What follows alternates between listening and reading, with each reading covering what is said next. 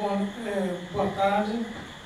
Antes de tudo, eu gostaria de agradecer o convite e me juntar aos esforços aqui do Ministério Público, das pessoas envolvidas aqui nesse encontro e outros que ocorreram.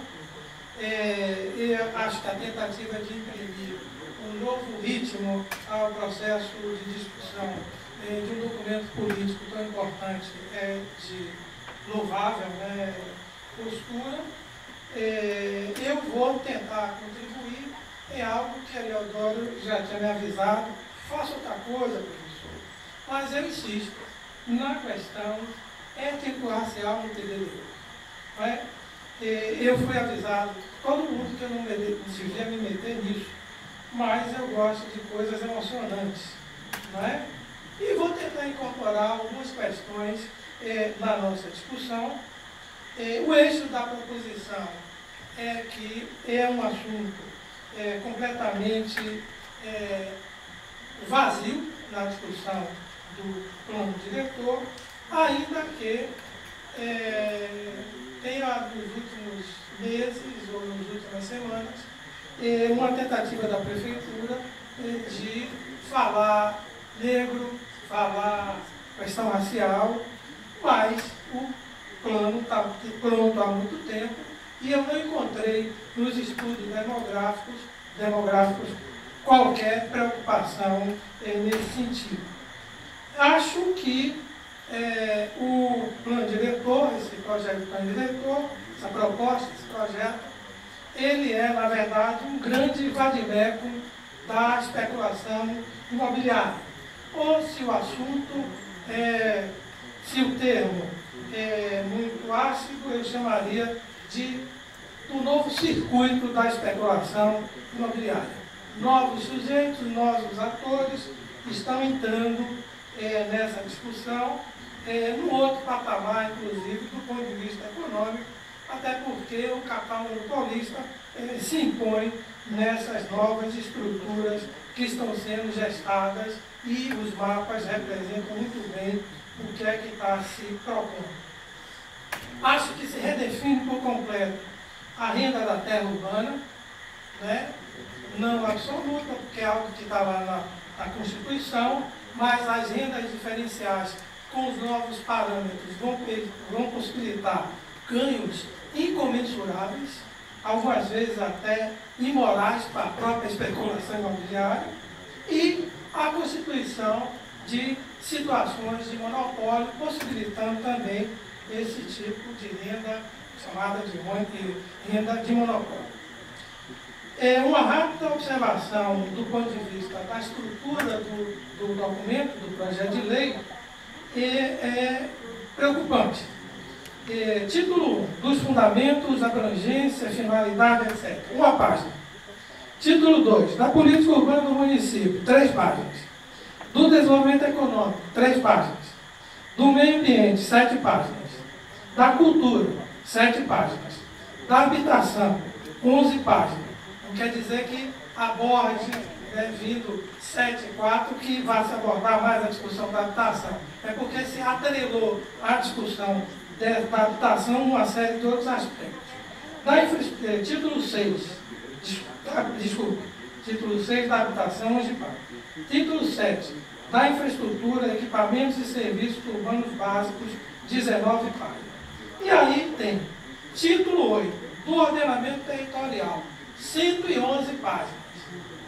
É aí que está o que precisa uma elite voraz e insaciável que se articula em cima da especulação imobiliária que tantos estragos tem feito à nossa cidade. Por fim, o título 9, do desenvolvimento político e institucional, 22 páginas, e o título 10, 7 páginas. Não encontro, na leitura que eu fiz do plano diretor, qualquer elemento inovador.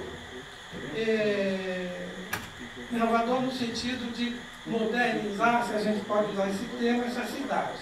Há uma coisa curiosa que nos enche de expectativas, que é o gesto solidário, não é? Cota de solidariedade. mas não tem qualquer controle social. Então, é um tiro no vazio, né, do ponto de vista do controle social. Ora, por que é importante essa discussão étnico-racial no PDDU? Primeiro, a sociedade brasileira reconheceu, né, que o país tem sim fundamentos institucionais que alimentam ou alimentavam o racismo.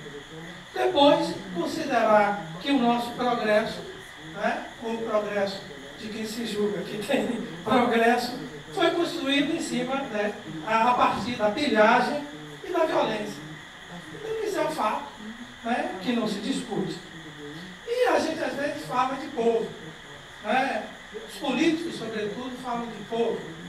Né? Mas aí, quando nós vamos tentar entender o significado desse povo na história, a gente não consegue, não é, dar muita materialidade a esse povo. E o nosso povo tem particularidades, entre as quais uma formação étnica rica e uma população expressiva, um contingente populacional expressivo, que não foi devidamente incorporado à dinâmica dos processos econômicos sociais que possibilitassem que essas pessoas escravas conseguissem atualizar-se do ponto de vista do novo modo de estrutura produtiva. Acho também, e aí eu vou mostrar, que o plano diretor, esse que está em discussão, além do próprio plano, ele é rico de conceitos extremamente simplistas. Alguns, existe um glossário, que é um documento importantíssimo para quem dá aula, porque desafia a inteligência de todos nós e o estado da arte, seja do planejamento urbano, seja do urbanismo, seja inclusive dos conceitos corriqueiros no campo do estado da cidade, no campo inclusive do direito. Vejam que o plano diretor de desenvolvimento urbano, críticas que nós tenhamos a ele, precisa ser entendido como instrumento de gestão. Entendo também, e aí eu vou recorrer a uma forma simplista, que um plano diretor, ele trata da distribuição das pessoas e das atividades do território.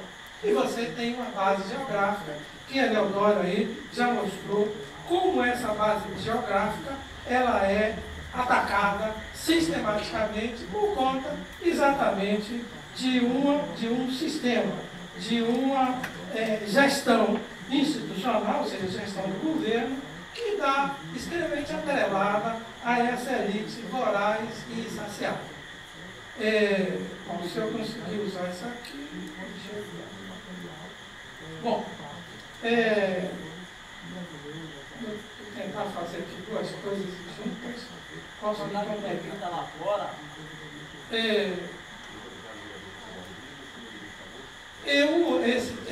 Esse plano, esse projeto de lei, ele é colocado na perspectiva de revisão. Né? Não há qualquer dúvida que Salvador é uma metrópole, ela inclusive já nasce metrópole, e que é possível sim falar em segregação socioespacial estruturada por fatores raciais. O professor Leodoro não falou nunca dessa forma, mas o tempo todo repetiu o que nos espera, uma intensificação da segregação socioespacial. É possível se falar de produção da segregação? Eu acho que sim. E esse plano diretor, ele produz segregação. Né? Eu me gostaria de acreditar que isso tenha sido feito deliberadamente, mas os instrumentos que se usou, as escolhas técnicas, conduziram a que isso pudesse ser afirmado da forma que eu me arrisco a afirmar. Bom,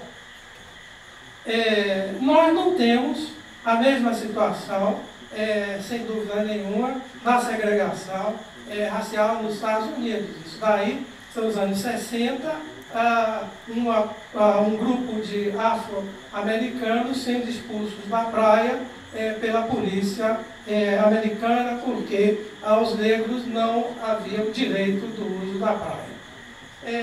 E aqui é um exemplo de como, às vezes, as nossas formas de racismo, elas se manifestam de uma forma extremamente dócil, né? Lembrar também que, por que essa imagem? Isso é uma imagem de uma senhora, de uma tribo da África do Sul, né? Que foi levada para a Inglaterra por conta dessa sua exuberância, não é? Que é, na verdade, uma doença, e essa pessoa ficou exposta em museus, em circo, era apresentada em circo na Inglaterra durante um período muito grande. E assim, mais ou menos, que eu vejo como a elite, nossa elite, a elite baiana, a elite de Salvador, trata a sua população negra como um objeto de observação, né? Como objeto de ganhar dinheiro. O carnaval, por exemplo, é a situação mais escandalosa. Porque, na hora de tratar sua população negra no plano diretor, ela é simplesmente invisível, né? Bom, essa é somente para mostrar como havia toda um cartaz de exibição dessa senhora, que apenas tinha uma doença não muito comum. Aqui também, toda vez que há uma necessidade de você vender a cidade, sempre tem umas figuras pretinhas que botam nesse exercício de pensar a cidade, que tem até um cidadão importante na cidade, que diz a cidade mulata, né? Mas vamos lá. Acho também que nós não podemos pensar o plano diretor isolado de um processo de planejamento, não é? E eu não consigo entender como ele está estruturado do ponto de vista do processo de planejamento. Acho também que esse plano diretor, ele, independente de ser um documento que não prima muito pela qualidade técnica, ele tem um outro gesto extremamente importante e duro: a supressão de experiências cognitivas. A Prefeitura de Salvador optou por contratar um grupo de pessoas completamente desinformadas sobre a realidade da história da cidade, e essas pessoas deram um tom. É evidente que o que se buscava era atualizar, era modernizar Salvador com os parâmetros e instrumentos do que tem de mais acabado do ponto de vista do capitalismo local, que é São Paulo. Além do mais, afina-se com a ideologia. Portanto, ideologicamente, esse plano ele não pode ser nunca entendido como muitas vezes se coloca, que é um documento técnico. Ele nunca será um documento técnico, porque ele é eminentemente político e carregado de ideologias. Então, nos fizeram perder as referências, né? Como se mostrou há pouco, referências inclusive da nossa geografia, né? Porque quem não conhece a geografia da cidade, quem não conhece a forma de apropriação do território, fica procurando quadra em Salvador com 100 metros por 100 metros, né? E isso aconteceu. Nós perdemos a perspectiva do domínio do passado e dificuldades de um futuro contextualizado. Vejam vocês o seguinte: eu fui aos conceitos antes de alimentar o discurso, a narrativa que eu vou fazer. Vejam bem, do ponto de vista institucional, a prefeitura fala de prefeitura de bairro, prefeitura bairro. O que é isso? É a divisão territorial instituída por lei com a finalidade... Bom, vocês todos estão lendo. Ou seja, não é um instrumento de gestão, é uma divisão territorial. Ou seja, é um desafio você, inclusive, entender o que é que se busca do ponto de vista conceitual, do ponto de vista das ações institucionais, com esse plano diretor, porque nem consegui definir o que é uma prefeitura bairro, eles conseguem fazer com o mínimo de clareza. Fica parecendo que é uma delimitação de alguma área, né? Uma outra coisa curiosa é utilizar termos que no próprio estado da arte tem uma certa clareza. Por exemplo, retrofit. Retrofit é simplesmente reforma, né? E aí você usa esses termos. Veja bem, isso dificulta a apropriação da população desse documento, que precisa ser apropriado, senão ele vira, de fato, o que ele é, um vade-mecum na especulação imobiliária. A conta de solidariedade, eu não vou insistir mais, isso está no projeto de lei. Ele não define o que é bairro, né?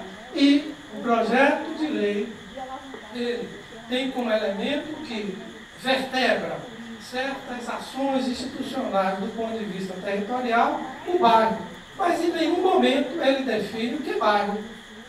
Até porque não existe bairro em Salvador.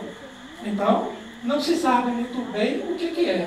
A minha desconfiança é que isso é chamar de novo a geografia na perspectiva de você estruturar uma geopolítica, né, que vai possibilitar você criar ou fomentar estruturas eleitorais, né? Porque se não for definido do ponto de vista urbanístico, a divisão tem uma perspectiva de você estruturar, ou seja, num jogo geopolítico extremamente inteligente, a aspectos eleitorais.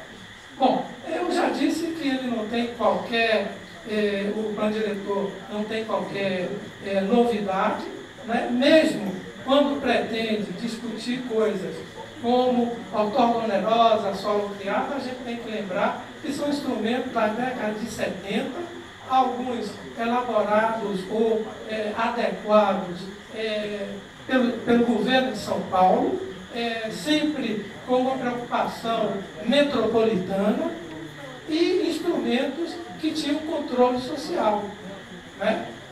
O que não ocorre com essa proposta de tentar trazer, alguns anos depois, boteando nisso, esse instrumento, que também, mesmo quando foi para São Paulo, na década de 70, ele não tinha muita novidade. Então, todos falando de solo criado e outorga onerosa.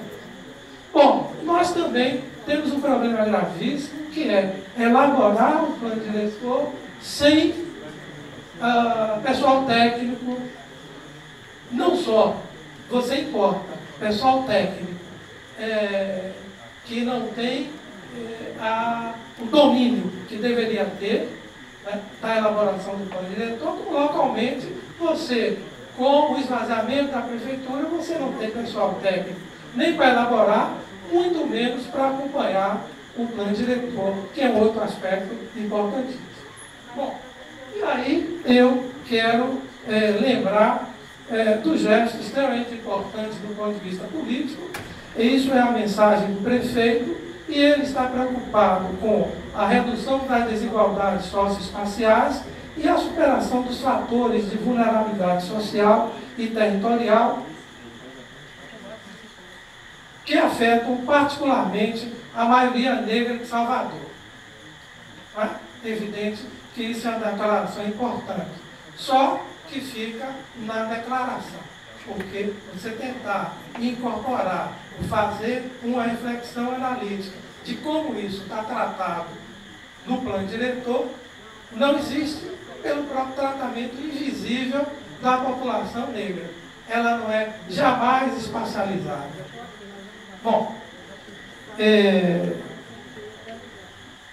a empresa que outrora, além de uma série de coisas, estabelecia valores de seguro para carro, que é a FIP, foi contratada pela prefeitura para fazer o plano diretor, e a única abordagem demográfica que eles fazem da população negra é dizer que corresponde a 79,2% da população. 80%, e não passa disso. Como esses 80% da população foi tratada, né, ninguém sabe. Falo numa perspectiva de políticas afirmativas.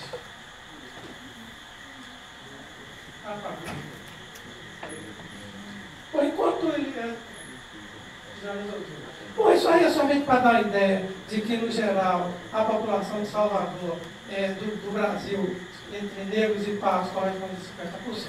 Ora, se isso não fosse importante, não existia uma comissão da Câmara Municipal formada pelos vereadores Vânia Galvão, Antônio Mário, Alemão, Edivaldo Brito, Hilton Coelho, Leandro Guerrilha, Silvio Humberto, Carvalhal e Moisés, os dois últimos foram suplentes. Então, esse é o fato, é algo importante. Agora, como isso se desdobra, a gente não sabe. É curioso que eles falam reparação, mas a reparação todo mundo já persegue mais ou menos o que é. Não sei se é uma vergonha de dizer o que é efetivamente, mas pelo menos já situa, né? Bom, não se combate o racismo sem reconhecer. Então, o plano diretor, que eu insisto, quando você trata da distribuição das pessoas, você está tratando de aspectos sociais, não é? Então, alguém pode dizer, cabe isso no plano diretor? Por Deus, como não caber? Não é? Como não caber? Lembrar também que não há essa questão do racismo, da xenofobia, etc., não é um assunto que está sendo levantado agora, não é um assunto que seria discutido somente em Salvador. O mundo inteiro trabalha e discute essas questões. Isso daí, o que eu estou mostrando, é uma declaração de uma coalizão mundial promovida pela Unesco para tratar das questões relativas ao racismo. Então, essa declaração, inclusive, surgiu em 2005 no Canadá.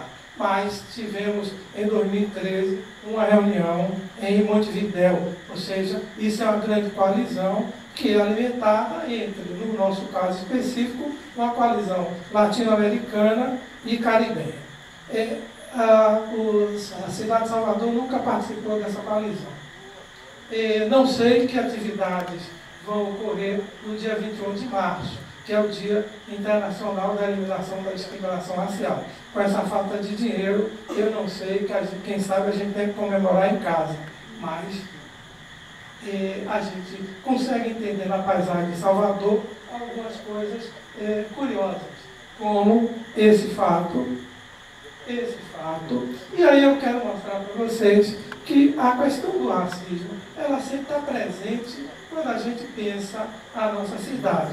Algumas igrejas, elas têm uma situação completamente pouco comum quando a gente trata de igrejas católicas, normalmente em largos, em partes altas. As duas igrejas das Irmandades Negras, elas praticamente estão num buraco. A igreja da Barroquinha. Eu não estou fazendo essa ilustração, não entendeu? Elas estão em parte baixa.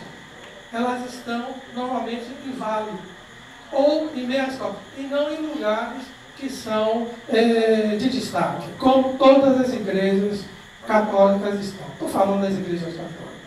Padre tinha escravo, né? A igreja tinha escravo. Então, não é de se admirar. Só que as igrejas foram construídas por escravos, vereador. Bom, aqui nós temos... Certo, depois a gente conversa sobre isso. Vários documentos são elaborados no Brasil sobre isso. Isso aqui é um conjunto de documentos que existem. Opa, desculpa, eu estou fazendo uma bobagem aqui, incapacidade de lidar com as duas coisas. Ora, e aqui tem dito o seguinte, nós temos um problema gravíssimo na sociedade brasileira, particularmente na Bahia, em Salvador, que é o passivo que existe com a população negra, né? Negra, entenda, pardos e negros. E esse passivo, ele nunca é discutido, ele nunca é trabalhado, ele nunca é tratado, ele nunca é abordado. Bom, eu vou andar mais rápido. Isso são documentos, relatórios, aí no caso das metrópoles brasileiras do milênio, que mostram um pouco a situação da violência simbólica e da violência real do racismo no Brasil. Bom, aí nós estamos falando aqui das ideologias, né? E eu já disse que a cidade é socialmente produzida. Então, se ela é socialmente produzida, ela incorpora os mecanismos de segregação, de práticas racistas, e isso só é rompido, primeiro, se você conhece e se você age, se você é capaz de atuar nesses aspectos.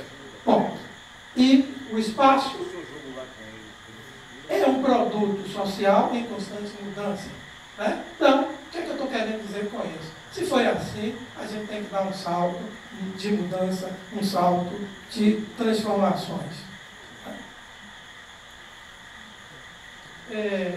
Lembrar que em alguns municípios, como de Porto Alegre, nós temos uma Secretaria de Direitos Humanos e Ensino do Holocausto. Eu nunca ouvi dizer que tivesse Holocausto no Brasil, mas existe uma população imensa de judeus em Porto Alegre que acabam por impor e exigir que haja uma ação institucional no sentido do ensino do Holocausto. Aqui nós temos a educação orientada para a compreensão da África e ficamos só nisso. Bom, o entendimento que eu tenho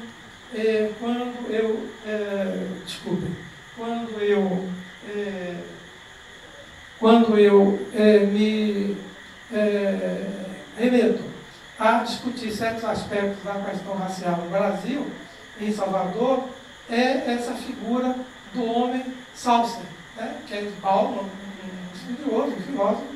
É aquela figura que deve ser exterminada pela polícia sob o aplauso da indiferença.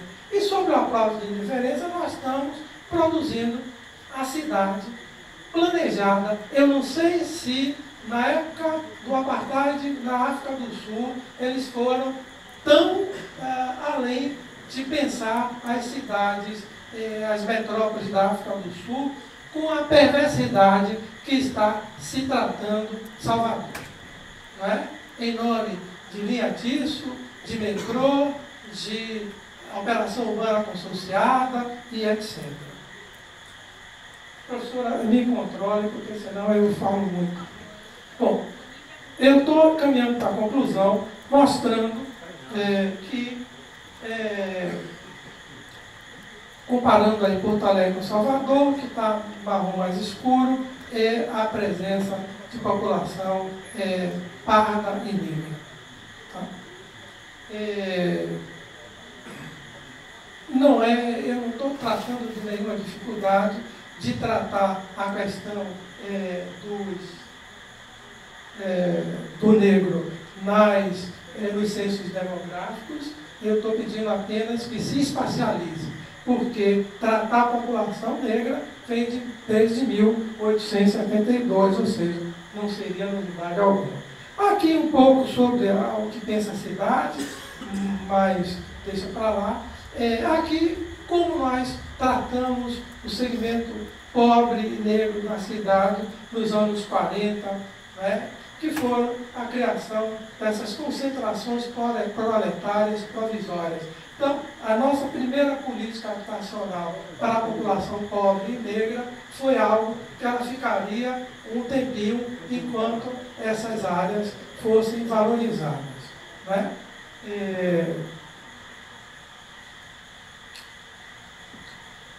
É bom também a gente lembrar que tipo de cidade queremos, que valores nós estamos defendendo. Isso não está muito claro no plano diretor. Né? E aqui um pequeno passeio. Olha, tudo que está aí foi feito com plano diretor, né? Com lei de uso do solo,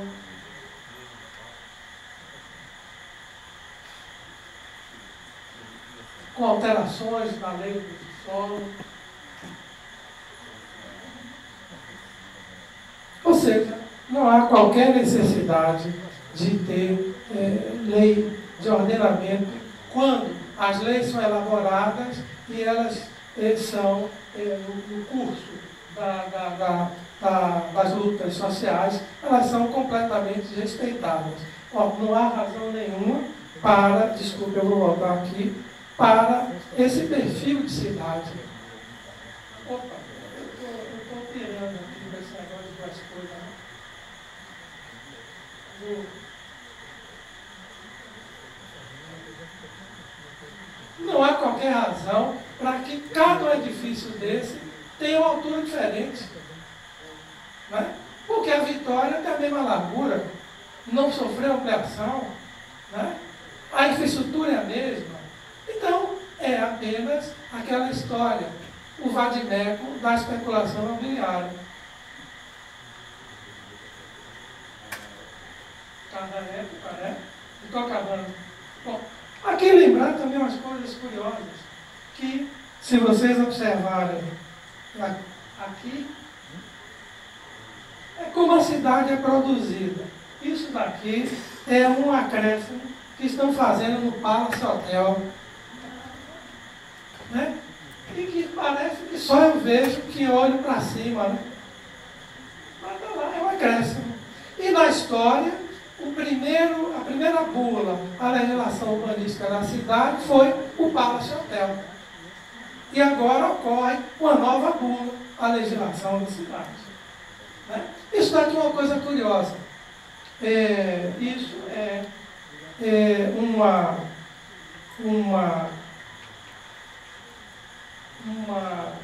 belvedere natural que existe em Ondina, né? Perto daquela rua ali, Morro do Gato, não sei o quê, onde no carnaval qualquer pessoa podia chegar aqui e ver o movimento, as pessoas e etc.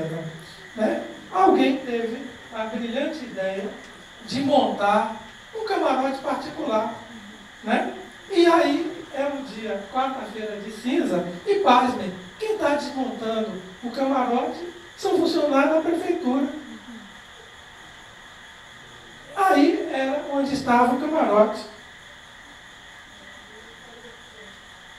Por que eu estou dizendo isso? Não estou querendo aqui ficar fazendo fuxico urbanístico, mas o fato é o seguinte: qual é a abordagem que nós damos ao significado da rua? O que é a rua?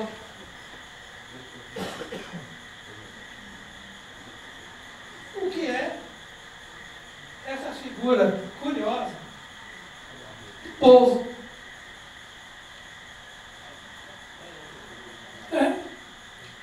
Bom, eu sinceramente creio que se o povo tivesse a oportunidade de tomar outra cerveja, não ia tomar essa, mas é essa que está em discussão. Né? Lembrar também o seguinte,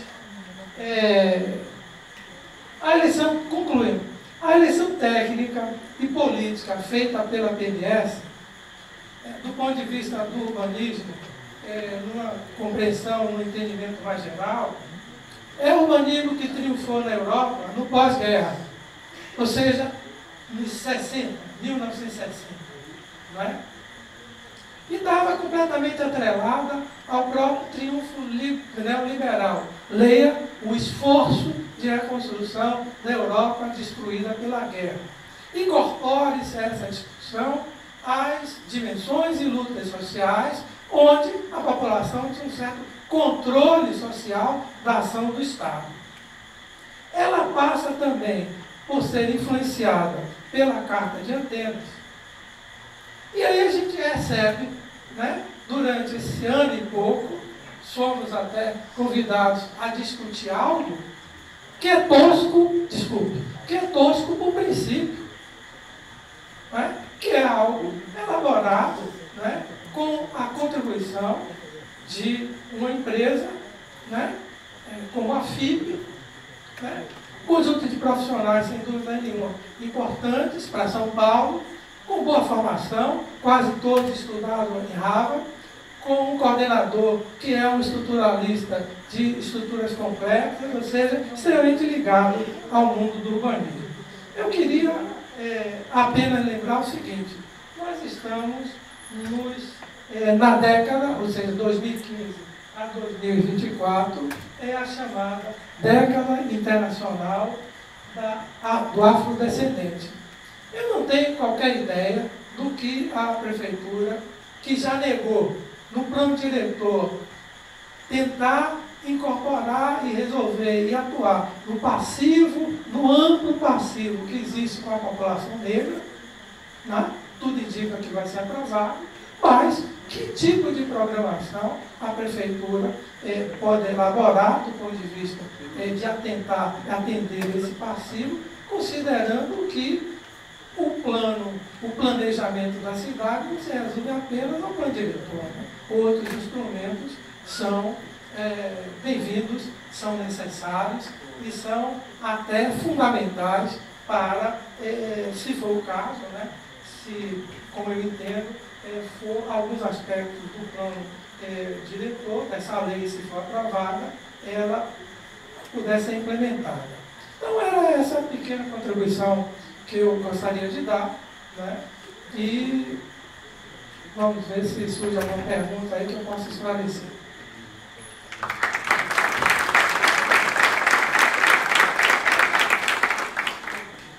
Seguindo a sequência, eu vou passar a palavra para a professora Nayá, e aí nós teremos a primeira rodada, né, de questionamentos, começando pelo